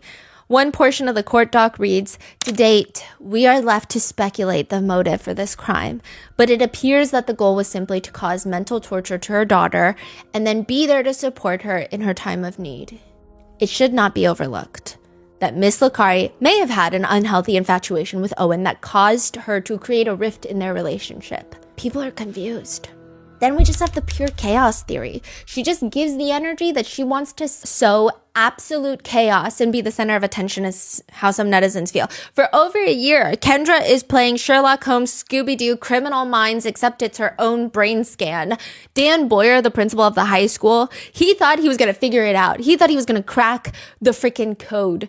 But it just, Kendra would come in, she would be so upset. Every single day, talking to parents, talking to Dan, she would frame the other kids. Also, another thing, I don't know how anybody thought that this was a teenager texting them, because the way that the text messages, it was just grammatically atrocious to the point where it is clearly an adult trying to be a 13-year-old.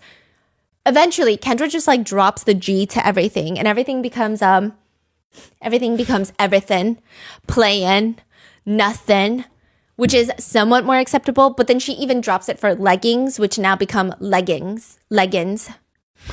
Stop wearing leggings. There's just no way that a teenager is texting like this. And the fact that all the administrators and even the sheriff later is going to think that it's a teenager is crazy. Kendra, at this point, has been let go from her job. She has been lying to Sean, her husband. She's been lying to Lauren about having a job, spending 8 hours a day doing this, and then showing up to the school every day, demanding answers, pointing fingers, just mayhem. This woman is a menace, and she's complaining. She complains in the Netflix documentary. She says, "We were hoping for some type of action, right? So we really thought the school would, let's see what we can do." Unfortunately, in my opinion, I don't think the school handled things very well. Ma'am, you're the one sending the messages. What is happening? Why are you commenting on the investigation into you? Eventually, the local sheriff's office decides that they are going to try and get to the bottom of this case. And they go about it for a year in the most bizarre fashion. Sheriff Maine is like, "I got it." The messages start around Halloween. Who was hosting the Halloween party? Chloe Wilson. You know what Chloe Wilson, a lot of the kids said? She likes to use the word bruh. A lot of the text messages say bruh. Her dad's a cop. Her mom is a popular mom at the school. And this is the popular family. So is it Chloe? Now, it does appear in the documentary that Chloe has a bit of a reputation as a mean girl. Some say that she is the mean girl of the school. Others say that she's just popular and confident and has leadership qualities. And just to give you an idea, Chloe has two best friends, Sophie and Macy. They are like the trio. Lauren's not really part of this group, and all three of them are close with Owen. But there were allegations that Chloe and her friends threw carrots at a girl named Adriana, who also happens to be Owen's cousin. To which Chloe's mom says, there were just multiple allegations against Chloe where she was bullying or she wasn't being nice to this person. The principal called Chloe in constantly, and she's like, "I'm not doing anything." Her dad, Mr. Cop Wilson, says she was a leader at the time. She had a huge friend group. It spanned to several other schools, So I think that to some people, I'm not going to say they were offended by that, but maybe they wanted that sort of thing for themselves. A lot of people don't like this family after the documentary. And I don't know. I think it's bad to say whether we like or dislike Chloe, I think it's hard to say. And she's in such formative years of her life, but the parents definitely give off mean energy. Yeah. Yeah. A lot of netizens have been commenting, yeah, the girls definitely threw the carrots. For sure. But Chloe, has known Owen since they were younger, and they've always had this on and off crush situation. Both of them kind of had crushes on each other, but never ended up dating. The reason a lot of people thought it was her at first is because she seemed really jealous of Owen's relationship with Lauren. Sophie says about Chloe and Owen, I don't know how to explain their relationship. They were a little bit more than friends. They kind of always liked each other. Owen and Chloe became like really good friends, and then he started dating Lauren, is what Sophie says. Even Owen admits Lauren and Chloe never got along. Chloe wasn't the nicest person. She's not a bully, but she wasn't a nice person by any means, and I think she said some things to Lauren that just made Lauren not like her. Lauren says Chloe always had a crush on Owen. I think she would always just go and talk to him just to make me jealous. I didn't like her because I feel like we just had two completely different vibes. We played basketball together and we just didn't match each other. So when the unknown sender starts intentionally texting about Lauren's bad basketball games and taunting her about her scores, it feels like it might be Chloe who's very competitive on the team. And then there's a message where the unknown sender is like, you scored basically no points. I scored 12. Loser. Kendra is the volunteer scorekeeper at the games. She helps Lauren look up who on the team scored 12 points. And what do you know? The only person that scored 12 points that night was Chloe. She's framing. Kendra is framing Chloe. Wow. Wow. Kendra's framing Chloe. Chloe's getting investigated by Officer Maine. Her friends are investigating her. Chloe's so fed up, she ends up giving her phone to Owen for the day. She's like, take my phone. Take my freaking phone, and if you get text messages, then it's not from me. And then there's no message? There's still messages coming in. Oh, okay. Yeah. I was thinking if the mom found out, then she would be like, I'm not texting. Okay. No. So there's no messages. And then even after all of that, nobody believes Chloe. So then her dad, who happens to be a cop, is like, hey, just get your phone extracted. Like, do a phone pull, right? Do a full digital extraction of your phone, which will show when you delete things like house long to die in cold. It'll show you all those things. What apps you've used, hidden, stuff like that, all of that. I'll allow it. So then they do it and there's nothing. And Chloe's parents have been adamant until since the beginning that it was not their daughter. They even text the sheriff personally. Honestly, Mike, I don't know if you know Kendra or not, but you really need to be cautious. There's a pretty good part of me that thinks that she may be very well doing this. This is what Chloe's dad texts Officer Maine in the beginning of the investigation. Even in the court documents we received in the interview note, the officer writes about Chloe's dad. Have you looked at Kendra Licari as a possible suspect? She has had some issues in the past with Chloe. She used to coach Chloe. Chloe got bumped up and Kendra was very upset about it. What does that mean, bumped up? I guess on the team. Like she was doing better on the team and Kendra was getting very upset about it. And if there's one thing Kendra's going to do, it's just too much. Wait, how did the dad know? So the dad, Chloe's dad, kind of knew from the get-go. Yeah. But nobody else hadn't believed it. After Chloe gives an extraction of her phone, another message comes in, which is, I talked police yesterday, then kept my phone, searched it, copied it, found nothing bad. Yeah. Still doing it. Yeah. And then a picture of Chloe and Owen hanging out is sent. And then girls be spending night at real cream. I don't know what that means, but it got to the point where everyone realized there's just no way that it's Chloe, which is how Owen's own cousin is the next to be accused, because she is one of the few people that would dislike Chloe enough to frame her for this. She is the one that alleged Chloe and her friends threw carrots at her. Adriana says nervously, they had their group, and if you weren't part of their group, you were considered what I call the outsiders. And if you were an outsider, they weren't nice to you. That's Sophie. the cousin? No, this is Sophie. Sophie says, when we were in middle school, Adriana made up this rumor that we bullied her and that we threw carrots at her. There's no one else that would dislike us that much to make it sound like we were bullying someone else. Meanwhile, Chloe's parents state, parents were involved making Facebook posts. Adriana's mom was saying I'm a victim, that kind of journey. So my finger is pointing towards Adriana. That's what I think it is. So they either think it's Kendra or Adriana. And most people are leaning towards Adriana because they're like, oh, well, she's probably trying to get back at Chloe. Okay, so that's interesting. So you're saying at this point, there are already fingers pointing at Kendra. Yes. Okay. That's also another thing. So in the documentary, it seems like a lot of people didn't even suspect Kendra. Right. But then in a lot of different articles around that time when it actually happened, a lot of sources are saying a lot of the parents in town suspected Kendra. Wow. Because of the way she was behaving. Okay, and she's still going on with her texts, even though people are already coming up? Okay, wow. And additionally, there's a picture sent by the unknown sender of a gift that someone had taken at a Christmas gathering, which only Owen and his extended family would have been able to get. I don't know how Kendra got that photo, but she did. So that's why Adriana was suspected for a really long time, which I'm imagining naturally put a divide into Owen's family. Adriana says, I just didn't know how people thought that I could do it. It was just very hurtful because I was the quiet kid at school. Like I didn't really talk to anybody. I wronged nobody. I was just kind of confused as why they thought I would do that. Yeah. Walking into class after being questioned by Sheriff Maine, everybody was looking at me like they knew what happened. They were looking at me like they knew I was guilty. Kendra is just ruining everybody's lives at this point. At one point, people start suspecting Lauren, and Kendra is feeding that on too. She's submitting anonymous tips onto OK to Say, which is like an anonymous tip site for high schools, and basically saying, yeah, I think Lauren could be trying to get this, doing this for attention. To herself. Basically.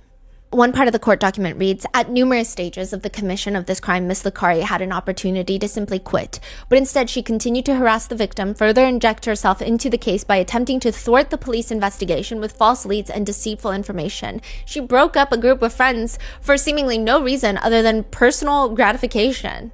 And Kendra texts with another new number, okay?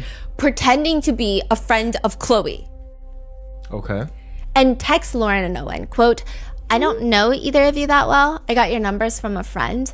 I know the people messaging you. I reported it to OK to Say. I was with one of them while they were doing it. I hope reporting it helps. I recommend being very careful. They were lying and from what I learned, putting on a very good act.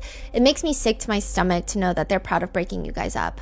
I don't want to be friends with anyone who does this and I'm going to distance myself from those relationships. I'm just going to leave it to volleyball only. Which Chloe and Sophie and Macy are all part of the volleyball team. I talked to my parents. We made the decision to report through OK to Say, and if needed, they will call the school. You both seem very nice. Hope this helps. Yo, she is sick and twisted. There are so many layers to this, and all I have to say is that Kendra genuinely terrifies me. And at one point, she straight up just texts, bruh, the UP Blue Ice is shit. UP being an area in Michigan where Chloe was for winter break, and then immediately texts back, wrong person, sorry. It's winter break. Chloe is in UP. Everybody knows she's there. She texts after like, sorry, not sorry, you look ugly in leggings. Bruh, the UP Blue Ice and Like she's on vacation. yeah, and then immediately, wrong person, sorry. Yo.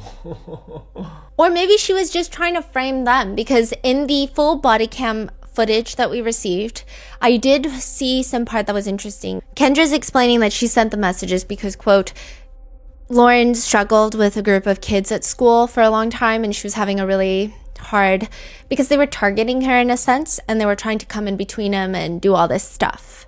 So that's just very interesting. Now, Sean Licari, Lauren's dad, was just not having a good day that day. He found out that day that not only is his wife, the mother of his child, the one sending these messages, but she hasn't had a job in over a year, and she's been lying to him about all of that. All of it. Did we see his reaction? Yeah, and he's upset. He's trying to confront her like, you need to tell me now in front of the cops because if they leave and I'm talking to you, like one of us is going to get arrested and then no one can take care of Lauren. He's like, what the hell are you saying? You haven't had a job. And at one point she says that she quit from a job recently, but she was let go like a year ago. But so he's upset with that obviously because Yes. she's lying. But is he upset about the daughter situation? A lot of people were upset with Sean about it because in the body cam footage, it seems like he's more fixated on the job thing. Right. I will say though, I think a lot of it probably has to do with the fact that the job thing is something that he can actually express anger about. It's something I think is more manageable in his mind to showcase his anger, because it seems like Sean is a really good support system for Lauren. Afterwards, he does divorce Kendra immediately, but I think the text message thing is so shocking. I don't even think he can wrap his mind around it to even ask her the right questions or any questions. Are you telling me the truth? Or are you lying? No, When did you go from there? the same time. So you've been lying to me for like 6 months, a year, and you haven't been working for Texas? Right. So I think he starts with the job thing. I also wonder if there's more to the job thing, because in one of the other articles, it was talking about how, and this wasn't in the documentary, so it's just kind of like piecing together all the things. It was talking about how a lot of people that worked with Sean knew that something was off with Kendra, because Sean would come into the auto body shop, he's a mechanic, and he would talk about how, well, they're getting evicted because they were scammed by some person in New Mexico. The car, and he believes all of it, and all the coworkers are like, So they're like financially stranded for a year. yes, and Kendra is making up all sorts of crazy lies. Oh, her check bounced for the kids something because she had someone hack her. And Sean just believes it, and I wonder if it got to the point where he confronted Kendra and Kendra got mad at him and he's defending Kendra. I don't know. I don't know. But he's... I think netizens are being hard on him and Lauren based off of this body cam footage. Lauren? Yeah, because she doesn't really show much emotion. And that even caused people to accuse her of being part of it. How old was she then? 15. I think, first of all, I think the language that the officer gave was so vague. And I think the officer said it in such a way where it was almost too sympathetic to Kendra for Lauren to have. I think it just, I wouldn't know how to respond to that. Yeah. It's just a weird conversation. And then it's shock to be like, oh, it's your mom who's been telling you to self-exit for 2 years straight and talking about how Cream and your 13-year-old boyfriend who broke up with you and broke your heart. Like, it's weird. Yeah. And then additionally, I also think that she kind of keeps looking at Kendra frequently. And I wonder if you grow up with a parent like that, you're constantly gauging their reactions and then trying to even subconsciously react in a way that you think that they will not have such a big reaction towards your reaction. Yeah. I see the complication of the emotions. Like Yeah. the mom's super manipulative and yeah. Because even at the end, Sean is like, you're going to go. You're going to call your parents and you're going to go. And Kendra is like on top of Lauren, is like, no, I can't leave her. And he's like, no, you're going to go. Whoa. Yeah. Okay, you need to go somewhere tonight. I don't know where you gotta go, but she's gotta go. Now, the last theory is very dark, and I don't think it's a big theory, but there are people who believe and speculate and are concerned, stating they felt like it's crazy how this went on for so long, and they believe that Lauren was likely in a lot more danger than people are leading on.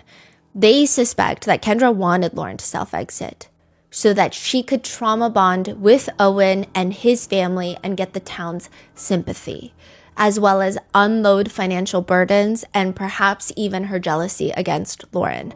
Netizens point out the messages of like, you done, he hates you, he said he regrets you, you were a mistake, he said you never meant anything to him and his life would be better if you were dead. Just the constant focusing on being dead is just a lot. Yeah. Jill, Owen's mom, says at one point her and Kendra had gone in to talk to the sheriff. And the sheriff is like, well, are you scared that your children are going to self-harm? Because these are the messages that they're getting. I mean, primarily Lauren. And Kendra is quiet to the point where Jill responds, the answer is yes, Kendra, we are afraid Lauren could hurt herself. Kendra says in the Netflix documentary, because she's asked, were you afraid she was going to hurt herself? Because there were messages telling her to self-exit. So I can say that I was not scared of her hurting herself. And I know some people may question that or diminish that or whatever, but I know Lauren and I know the conversations that her and I have. But if you didn't know her as well as I did, it might be different. It sounded like she's trying to give herself grace of like, that's why I send it, because I know nothing's going to happen to her. This was not in the documentary, but some more messages in the court doc read. Choke on more pills, we could care less. Owen promised we won't get in trouble. off, take more pills. No one cares about your anorexic, ugly, worthless bitch. She shouldn't have showed her face today. Her fault for being here. Let's go do this. Finish the weak ass. Hate the fucking destroy, wreck, finish her tomorrow. Fucking beat you. Bitch. We finish it. What the we said, show you, bitch. Fucking be gone. Make our lives better. Fuck you, motherfucker. You know what the went down. We ain't lying. We hung this weekend. Fucking, she a weak ass bitch. Need a beat out of her. His sisters say you a pitiful bitch. Ain't got no friends. And a lot of people also point to the fact that she texts this. Early on, before she's sending all of these like self-exit messages, she sends one. And then 30 minutes later, she takes it back. She says, sorry, I shouldn't say dead. That was too far. Because in previous messages, she was saying like, he wants you dead. We all want you dead. Uh-huh. And then she texts, sorry, I shouldn't say dead. That was too far. So it just feels like... And then a few months later, she's like full on like, be gone. It just feels like you have to put, you're not just texting these things as like, oh, that sounds like bullying. Because if you're saying, sorry, like dead was too far, it sounds like you mean a lot of the things you're saying. Others are saying, well, I mean, you spent 2 years bullying your own daughter with her biggest insecurities. How do you not think that they're not going to self-exit? One netizen theory states, Kendra wanted Lauren to self-exit so she didn't have to do anything, even though she's speaking in third person on those text messages. She meant everything is my theory. She wanted her daughter gone. Others are speculating it's because Kendra is not from the area. Sean is. She marries Sean, but she doesn't really have a good standing in the area. She's not really a popular parent. And maybe she wanted to fit in and get sympathy and do all of these things if Lauren was gone. It just appears that Kendra has no remorse. Even during the initial search warrant where there's body cam footage, she lies about not having 2 phones. It's actually Sean who outs her and is like, did you get all of her devices? Because she's got another phone. And it's like hidden outside the house in a little like wooden box. You're kidding me.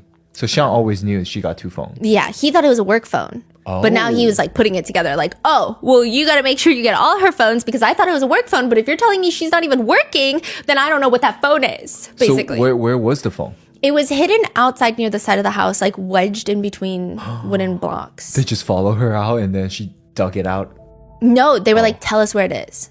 And they were telling her in the body cam footage, hey, so you need to tell us where all your devices are. We don't want to, but we will flip this house upside down and look for every single one unless you just tell us. So she tells them. And about that day, Kendra will later tell Netflix, it was a very high emotional day in our house. A day of confusion, unknown answers, shock, a day of not knowing how we move forward to the next day. So it was a hard day, but at the same time, it was an end. I think it was more of a mistake. It took me out of real life in a sense, even though it was real life. So when I was doing that, I wasn't myself. It removed me from everyday life. Just kept going and going, you know? Wow, that's a way to describe it. Yeah. Lauren says, I think the shock feeling turned into sad, which turned into mad, which turned into crazy. I didn't even know how to describe the feeling. Why would mom do this? Like, did she really have to do this? Like, I can't believe it, honestly. I was just really confused. She told me to self-exit. It makes me feel a little bit sad. Like, why is my own mom telling me to do that? I've like talked to her about it, but not necessarily like, why did you tell me to self-exit? I still question it every day. Like, I still don't know why. The documentary director is later interviewed by Variety, and they state, Kendra is a little bit of an enigma. I think that she had a lot of time to think about what she did. She was in therapy when she was incarcerated, and I believe that she's still seeing a therapist.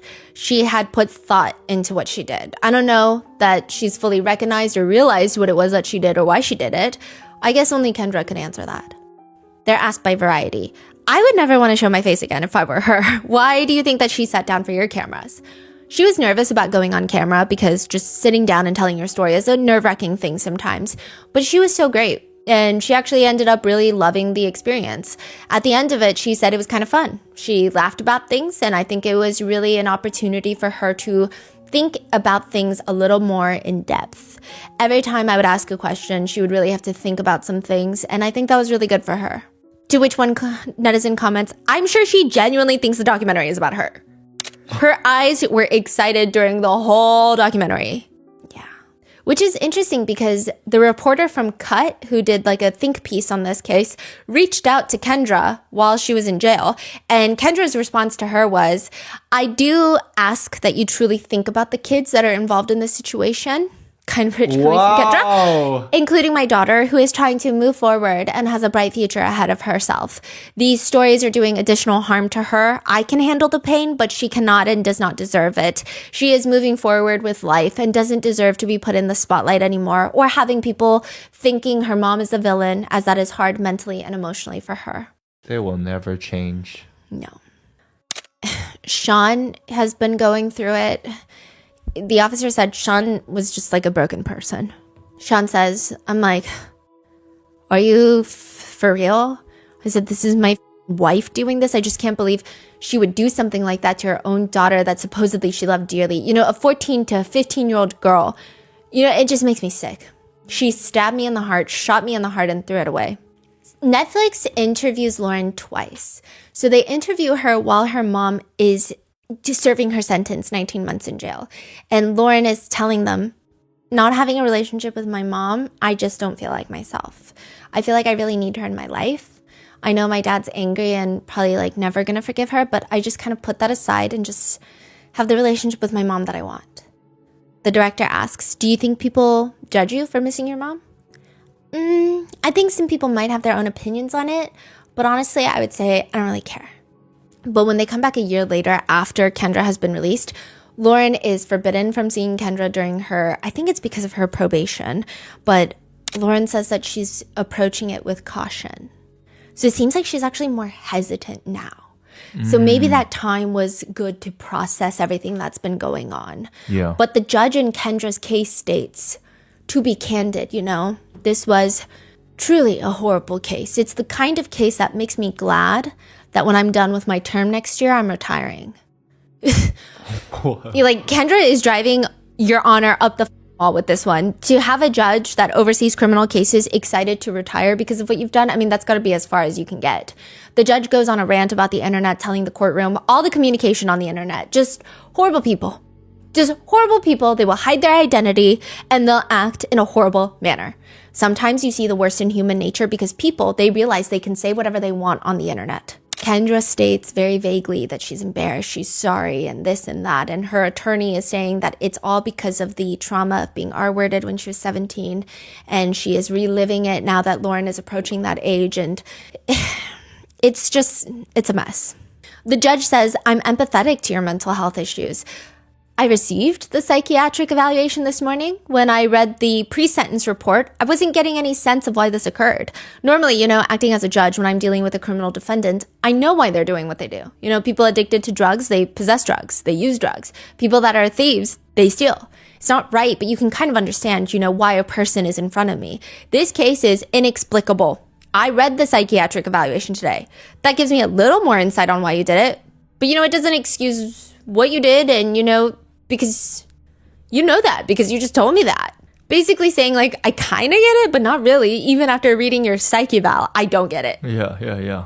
Even Owen is like, how could a mom do such a thing? It's just crazy that someone that close could do something like that. Not even just to me, but also to her own daughter. What else has Owen and Jill, like his mom, like everybody said about when they found out? Or they said that they were just shocked. Yeah, Jill like told the FBI agent, no, it's not Kendra. There's no way it's Kendra. No way. And then it was Kendra and she was pissed because like the act of Kendra every day for years going and trying to find, let's all sleuth together. Let's find who's harassing our kids. Meanwhile, it's her. And Jill took it really hard. There would be days, there was one time Jill was talking about where Owen came into Jill's room and he was so distraught. He tells his mom, it's your duty as my mom to protect me and find out who's doing this to me. And you're not doing that. And she was so frustrated. She's like breaking down crying. There are emails. Kendra is writing emails to Lauren when she was in prison. And they read, hello, curly monkey head. I'm mad at you. You made me sad. You only said bye. You didn't say, I love you. But I forgive you. XOXOXOXO. I love you. Have a fanawestric day. It's a combination of fantastic, awesome, and terrific. Another one reads, good morning, beautiful daughter. I miss you like crazy. You are the brightest light in the universe. Sending butterfly kisses. Call you tonight. I love you. Love, love, love, love, love, love you. Now that she's out since August 2024, Lauren has not seen her mom. She says, I think I want to trust her now, but I don't know if I can. Now that she's out, I just want her to get the help that she needs. So when we do see each other, it doesn't go back to the old ways and how it was before. Being without that relationship, I think, is really hurting me. I think rebuilding our relationship will help both of us a lot. Kendra says, even though she hasn't seen Lauren, we both know that we're with each other no matter what. I definitely think that we can have a healthy relationship. I know that we both hold that bond that we have very close. There is another part of the documentary that is under fire.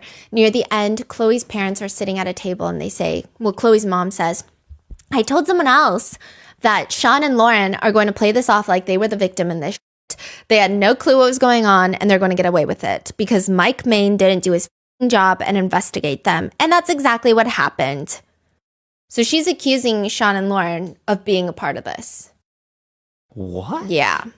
To which netizens are on the sentiment of, Chloe's mom is saying cruel things about Lauren and her father who have literally lost everything, saying they're playing victims. No, ma'am, they are victims and it's so desperately tragic. I feel so bad for both of them. So they're saying, yeah, we also feel bad for Chloe, but like you can't just say stuff like that. Yeah. Furthermore, Chloe's mom apparently last Halloween dressed up as a scarecrow in a prison jumpsuit with a mask of Kendra's mugshot and had a bunch of fake cell phones taped to her hands.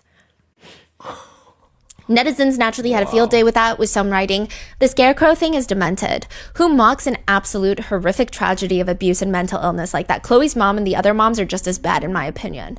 To which someone responds, Kendra told her own daughter to self-exit. In no way are the other moms just as bad for a tasteless joke. Chloe was also a victim here. An adult woman tried to frame